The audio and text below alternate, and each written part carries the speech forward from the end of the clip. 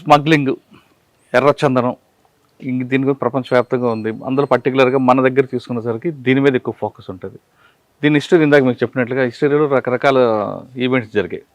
మన మీద పోలీస్ మీద అటాక్ అయింది, పోలీసుల అప్పర్ హ్యాండ్ అవ్వడం, ఇవంతా జరుగుతుంది. అయినా దీన్ని పోలీస్ స్టాప్ పడట్లేదు.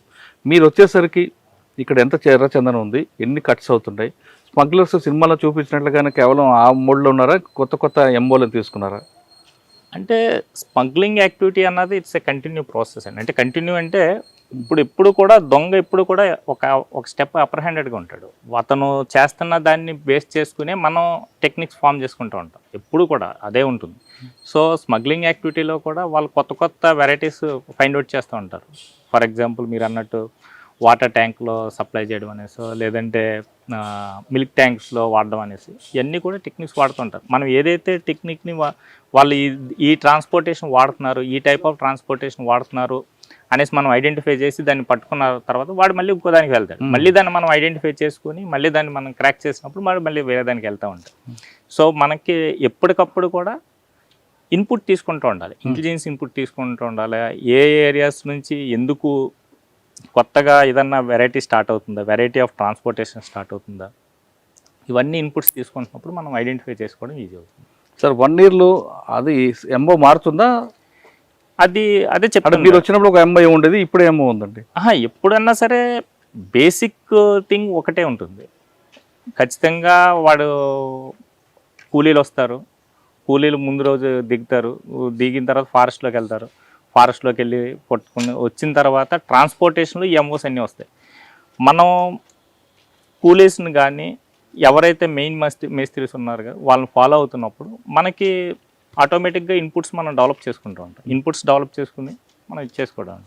ఓకే సార్, ఈ చెట్టు మనకు కనిపిస్తుంది, యా, దీన్ని వాడు కట్ చేయడానికి ఎన్ని రోజులు పడుతుందండి? జనరల్గా ఏమవుతుందంటే అండి, ఇవన్నీ కూడా డీప్ ఫారెస్ట్లో ఉండే వాడు దిగిన తర్వాత కూలీ దిగిన తర్వాత డీప్ ఫారెస్ట్లోకి వెళ్ళడానికే మినిమం 1 day పడుతుంది. వాడు దిగి 1 day లోపలికి వెళ్ళిన తర్వాత ఒక 1 day వాడు సెలెక్ట్ చేసుకుంటాడు చెట్లు. అంటే ఒక 3 to 4 kilometers రేడియస్లో చెట్లన్నీ సెలెక్ట్ చేసుకుని వచ్చిన కూలీలు ఎంతమంది చెట్లు సెలెక్ట్ చేసుకుని అప్పుడు కొట్టడం స్టార్ట్ చేస్తాడు. ఈ స్టేజ్కి రావడానికి ఒక 3 days పడుతుంది. అంటే చెట్టు కొట్టాలి, చెట్టు కొట్టిన తర్వాత లాక్స్ అన్ని సెపరేట్ అయిన తర్వాత ఆ లాక్స్ మళ్ళీ దూరం తీసుకున్నాం, దీన్ని డ్రెస్సింగ్ అంటారు. డ్రెస్సింగ్ చేసుకున్న తర్వాత వీడు బయటకు రావడానికి ఇది మొత్తం ఈ విధంగా లాగ్ ఈ విధంగా తయారవడానికి 3 days పడుతుంది. మళ్ళీ వాడు దాన్ని ఎత్తుకుని బయటకు వస్తాడు. బయటకు రావడం మళ్ళీ వెళ్ళడానికి 1 day పట్టిందంటే రావడానికి కూడా 1 day పడుతుంది. సో ఆల్మోస్ట్ ఒక 5 to 6 days వాడు ఫారెస్ట్లో ఉంటాడు. సరే, 5 రోజులు మరి భోజనం అది వాళ్ళు ముందే ఐదర్ వెళ్ళేటప్పుడు అయినా పట్టుకుని వెళ్తారు. ఒక 5 to 6 days అంటే first day maybe dry food carry చేస్తాడు, సెకండ్ డే వాళ్ళు వండుకుంటారు. వండుకున్న ఫుడ్ తోటే వాళ్ళు 5 days సర్వైవ్. సార్ 5 రోజులు అడవిలో ఉన్నప్పుడు మన వాళ్ళు ముందే ఐడెంటిఫై చేసి ఆ రైడ్లు చేయడం కావదా?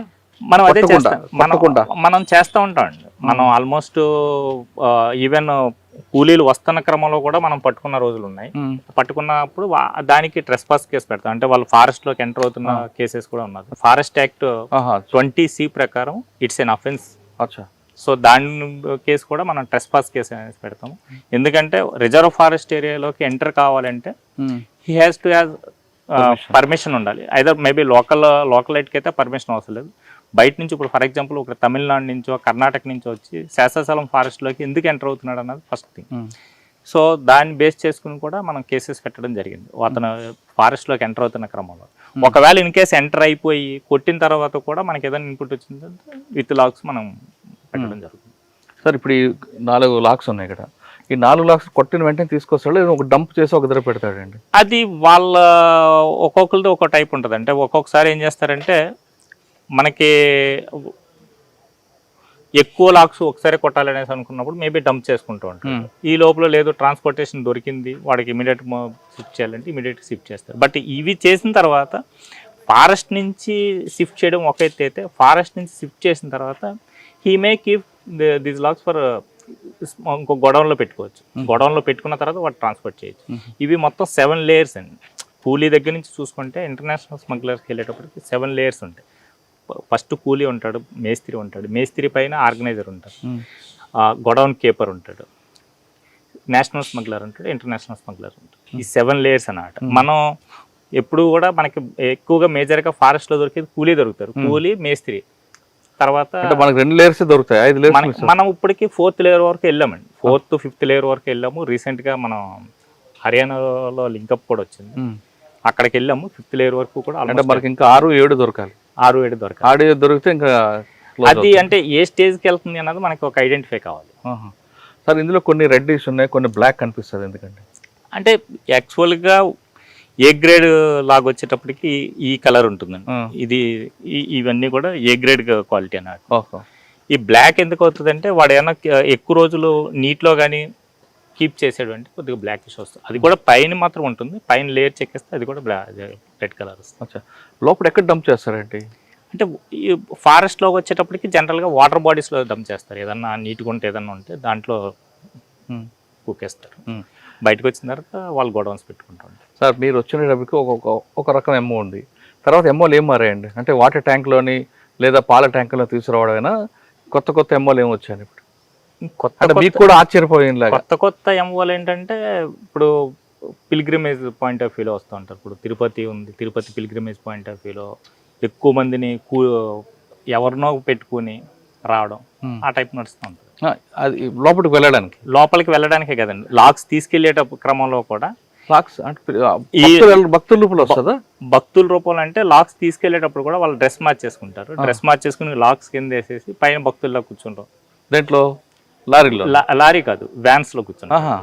అదొకటి. 4 వీలర్స్ ఎక్కువ వాడుతున్నారు ఇప్పుడు. ఏంటంటే ఇంతకు ముందు లారీలు, మిల్క్ వ్యాన్స్ అవి వాడేవారు. ఇప్పుడు ఏంటంటే నార్మల్ కారు, జస్ట్ లైక్ ఏ ప్యాసింజర్ కార్ లాగా కూర్చుంటారు. లాక్స్ కింద వేసేస్తారు, సీట్ ఉండదు. సీట్ తీసేసి లాక్స్ కింద వేసేసి లాక్స్ మీద కూర్చుంటారు. మనకి అది సడన్ గా చూసేటప్పటికి మామూలుగా సీట్లో కూర్చున్నారు అన్నట్టే ఉంటుంది. సార్ ఇంకొక మెమో వచ్చిందట, వాళ్ళని మీరు అన్నట్లుగానే ఒక డీసీఎంఓ లేదో వెహికల్, కాస్ట్లీ వెహికల్ తీసుకోవడం, బెంజ్ కార్ లాంటిది, ఆ కిందనంతా ఒక లాక్స్ వేయడం, పైన సీట్లు వేసి లేడీస్ని పిల్లల్ని కూర్చోపెట్టి తీసుకొస్తుంటారట. లేడీస్ ఇప్పుడు మనం అయితే పట్టుకోలేదండి. మన అఫెన్స్లో ఇప్పుడు వచ్చి మనం అంటే చెప్తా ఉన్నారు కానీ మనం ఇప్పుడు వచ్చి మన అఫెన్స్లో ఎక్కడ కూడా లేడీస్ ట్రాన్స్పోర్టేషన్ దగ్గర దొరకలేదు. అదర్ దాంట్లో దొరికారు కానీ లేడీస్ ఇన్వాల్వ్మెంట్ ఉంది. బట్ ట్రాన్స్పోర్టేషన్ టైం అప్పుడు లేడీస్ లేరు. బట్ కూలీలు వస్తున్న క్రమంలో అయితే మాత్రం లేడీస్తో పాటు వచ్చి దిగారు అనేసి మనకి ఇన్పుట్ అయితే ఉంది కానీ, బట్ ట్రాన్స్పోర్టేషన్ టైం అప్పుడు అయితే లేడీస్. అంటే ఒక సమాచారం ఉంది, వాళ్ళు ఒక మంచి బెంచ్ కార్లు ఇప్పుడు చూస్తున్నాం, పెద్ద కార్లు కనిపిస్తాయి, ఆ కార్లోనే కిందనం వేసి పైన లేడీస్ కూర్చోపెడతారు, పిల్లలు పెడతారు. ఎప్పుడైనా పోలీస్ ఆపితే ఆ పిల్లల్ని గట్టిగా గిచ్చితే పిల్లలు ఏడుస్తుంటారు. దాంతో మీరు కూడా పిల్లల బండి కదా పంపించేస్తుంటారు. మనం యాక్చువల్గా వెహికల్ ఆపామంటే తరో చెకింగ్ చేసిన తర్వాత వదులుతాం. కానీ అక్కడ పిల్లలకి ఏడిపిస్తుంటారు. పిల్లలు ఏడిచిన అటువంటి మనమేము అవునా? మనకి ఖచ్చితంగా ఒక వెహికల్ ఆపామంటే కంపల్సరీ తరో చెకింగ్ చేస్తాం. వెహికల్ ఆపామంటే కంపల్సరీగా సీట్ ఉందా లేదన్నది మనకి ఐడెంటిఫై అయిపోతుంది. లాక్స్ చేసిన తర్వాత సీట్ పట్టదండి. అవును, లాక్స్ ని సీట్ గా వాడుకుంటారు. ఓకే, మీరు కూడా ఆశ్చర్యపోయే ఎమ్మో అని ఉందా? మేము కూడా ఆశ్చర్యపోయాము అంటే ఈ మధ్యకాలంలో అంత ఏమీ లేదు. మేబీ అంటే కూరగాయలు వేయడము, కార్న్ ట్రాన్స్పోర్టేషన్ కింద వేయడం, అవే చేస్తూ ఉన్నారు. ఒక లాస్ట్ ఇయర్ వచ్చేటప్పటికి వేరే వ్యక్తి హౌస్ మెటీరియల్ ట్రాన్స్పోర్ట్ చేసుకుంటున్నాడు, ట్రాన్స్ఫర్ అయింది అనేసి ఇక్కడ నుంచి చెన్నై నుంచి హైదరాబాద్ ట్రాన్స్పోర్ట్ చేస్తున్న హౌస్ మెటీరియల్ తో పాటు లాక్స్ చేశారు అట్లా. సో మనం చెక్ చేసినప్పుడు ఏంటంటే ఎవరో వ్యక్తి ప్యాకర్స్ అండ్ మూవర్స్ బుక్ చేసుకున్నాడు, దాంట్లో వీళ్ళు లాక్స్ పెట్టారు. అంబులెన్స్ లో కూడా తీసుకొస్తుంటారు కదా? అంబులెన్స్ ఇవన్నీ లేదండి ఈ మధ్యనే. ఎందుకంటే మనం ఏ ఏరియా కంపల్సరీగా మనకి ఇన్పుట్ వచ్చినప్పుడు ఈ ఏరియా నుంచి ఎందుకు అంబులెన్స్ వెళ్తుంది, లేదు కాస్ట్లీ వెహికల్ ఎందుకు వెళ్తుంది అనేది మనం చూస్తున్నాం. కాబట్టి ఇంతకుముందు మొదట్లో అయితే మీరు అన్నట్టు బెంచ్ కారు ఇవన్నీ కూడా వాడారు. ఈ మధ్య కాలంలో కాస్ట్లీ వెహికల్స్ ఏవి వాడతలేదు. అంటే ఒక్కసారి వెహికల్ దొరికితే వాళ్ళకి వెహికల్ కాస్ట్ ఎక్కువైపోతుంది. మనకి యాజ్ ఫర్ సెక్షన్ 32D ప్రకారం any vehicle use for the transportation of red sandalwood is also treated అయితే crime vehicle. Once crime vehicle కింద మనం ఐడెంటిఫై చేసి పెట్టిన తర్వాత దాన్ని రిలీజ్ చేయడం అన్నది అతనికి పార్టీకి రిలీజ్ చేసుకోవడం అన్నది కష్టమవుతుంది. సో కాస్ట్లీ వెహికల్ ఏది పట్టుకున్నా కూడా ఆల్మోస్ట్ వెహికల్ కాన్ఫిస్కేట్ అయిపోతుంది, అంటే గవర్నమెంట్కి వచ్చేస్తుంది వెహికల్.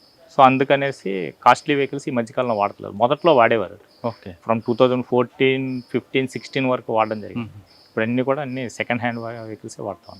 సార్ ఇప్పుడు మీ దగ్గర ఆఫీస్లో కానీ లేదా రైల్వే కోట దాటిన బాకారాపేట కొన్ని చెక్ పోస్టుల దగ్గర చూస్తే వెహికల్స్ అన్ని డంప్ అయివే కనిపిస్తుంటాయి. ఇప్పుడు మనకు కనిపిస్తున్నాయి ఇక్కడ అన్నీ కూడా. అంటే వాళ్ళు వెహికల్ విడిచిపెడితే వాళ్ళకి ఏం బెనిఫిట్ ఉంటుందండి? వెహికల్ సీజ్ చేస్తారు, అది అలా కంటం అవుతుంది, తర్వాత ఎప్పుడో మీరు ఆక్షన్ వేస్తారు. ఆయనకి స్మగ్లర్కి ఏం బెనిఫిట్ ఉంటుందండి? అంటే యాక్చువల్గా కేసు అవుతుంది, ప్రాపర్టీ సీజ్ అది అవుతుంది. మన పార్ట్ కాదండి.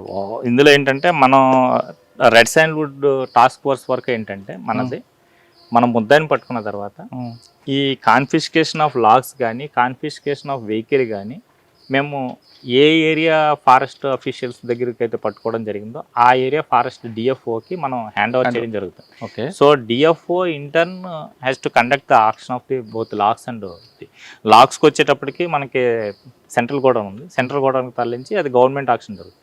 వెహికల్ ఆక్షన్ వచ్చేటప్పటికి DFO has to conduct the vehicle auction.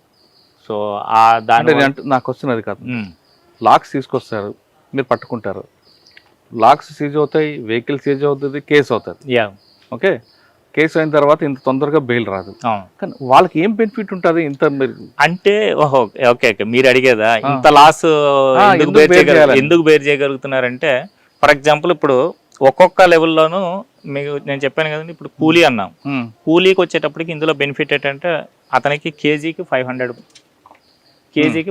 So ఒక 26 ఇప్పుడు ఇది ఎంత 26 కేజెస్, 26 into 500 కూలీకి దొరుకుతుంది. ఇంతే అమౌంట్ ట్రాన్స్పోర్టేషన్ దొరుకుతుంది. కేజీకి 500 ట్రాన్స్పోర్టేషన్కి ఇస్తాడు. ఓకే. సో ఆ లెక్కను చూసుకుంటే ఒక ట్రాన్స్పోర్ట్ చేసినందుకు వాడికి దాదాపు ఒక టన్ను ట్రాన్స్పోర్ట్ చేస్తే వాడికి దాదాపు ఒక 5 lakhs వాడికి మిగులుతుంది. సో ఒకసారి మిస్ అయినా రెండు సార్లు మిస్ అయిందంటే వాడికి వెహికల్ కాస్ట్ వచ్చేస్తుంది. సో అది వాళ్ళు క్యాలిక్యులేట్ చేసుకున్నారు.